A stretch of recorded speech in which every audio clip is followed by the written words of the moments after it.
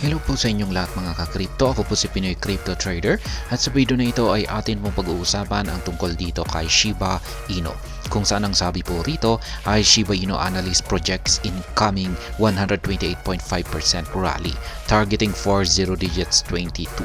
Kaya ayan, meron daw pong isang analyst ang naglabas ng kanyang prediction dito kay Shiba Inu kung saan ay meron daw pong nalalapit or paparating na isang 128.5% na paglago or pag-angat sa presyo ni Shiba Inu.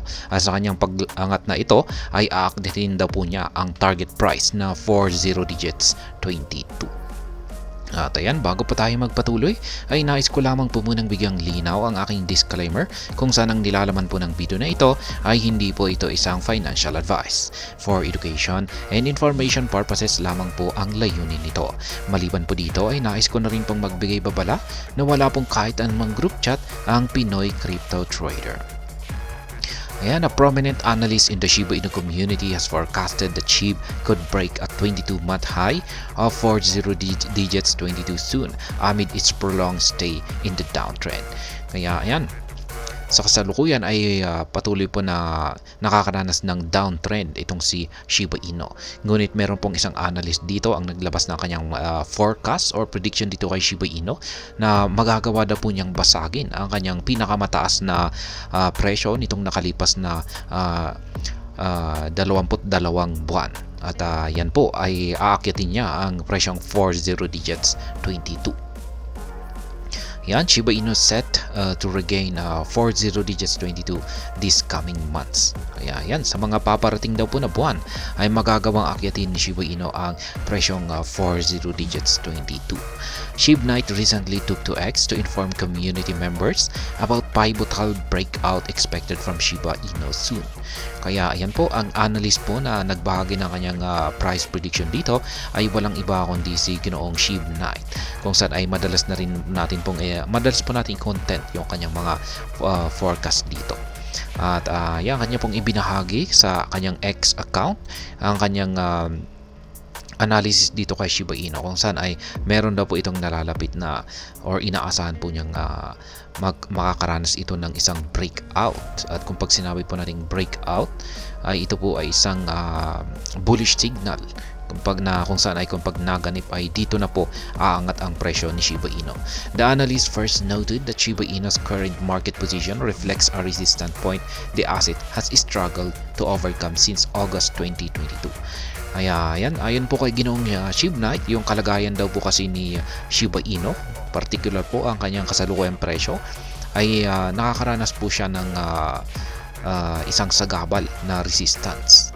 Kaya ito po yung parang naging dahilan kung bakit hindi po siya makaangat-angat. Dahil ito po ang nagsisilbing harang mula pa noong August 2022. Ayan, matagal-tagal na rin. Kaya kung pag nabasag niya ito ay talagang magre-resulta ito sa kanyang mabilis na pag-angat sa presyo. However, SHIB Knight now exudes much greater confidence that Shiba Inu will surpass the historical resistance range this season. It is close to breaking the resistance this time. Yan, the prominent analyst remark. Kaya yan, ayon po kay Ginoong SHIB Knight ay malakas po yung kanyang pagtitiwala na si Shiba Inu ay magagawa daw po niyang basagin o lampasan ang resistance na ito. Isang tinawag po niyang historical resistance kasi nagsilbi po itong napakatagal na resistance kay Shiba Inu. At ayon po kay Ginoong SHIB Knight ay nalalapit na raw yung breakout ni Shiba Inu sa resistance na ito. Kaya yan, ito po yung actual na tweet ni Ginoong SHIB Knight dito, at meron po siyang ito po yung kanyang chart dito. Ayan, at nakikita natin ay ito po yung resistance trend line na napakatagal po nito. Mula pa August 2022 ito. At nakakatatlong rejection na po siya rito. Kaya yan po ulit, ayon kay Ginoong SHIB Knight ay kung ay malakas po ang kanyang pagtitiwala na sa ngayon ay mababasag na po ni Shiba Inu ang trendline na ito, at ayan, aakyatin po niya ang 40 digits 22 na presyo.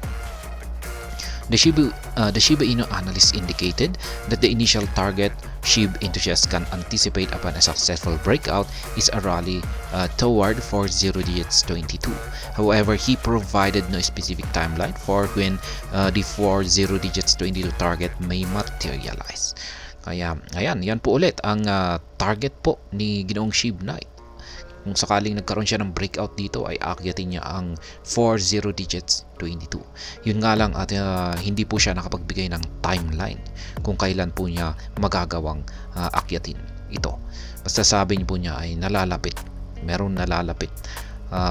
Malapit po ito na akyatin ni Shiba Inu. Kaya yan, ngunit wala po siyang naibigay na saktong petsa or at least estimate man lang kung kailang buwan yan. Ayan, wala pong naibigay si Ginoong SHIB Knight. Pero ayan, hanggang dito na lamang po tayo sa video na ito. Sana po ay inyong nagustuhan ang aking paliwanag dito. Kung inyo po itong nagustuhan ay pag-click lamang po ang like button nito. Para naman po sa mga bago lamang dito, kayo po ay aking inaanyayahan para mag-subscribe. Pag-click na rin po ang bell icon nito dahil ito po ang siya magsisilbing notification nito sa mga bago kong videos na akin pong ina-upload sa aking YouTube channel na ito. Marami pong salamat sa panonood. Ingat po tayo lagi at God bless po sa ating lahat.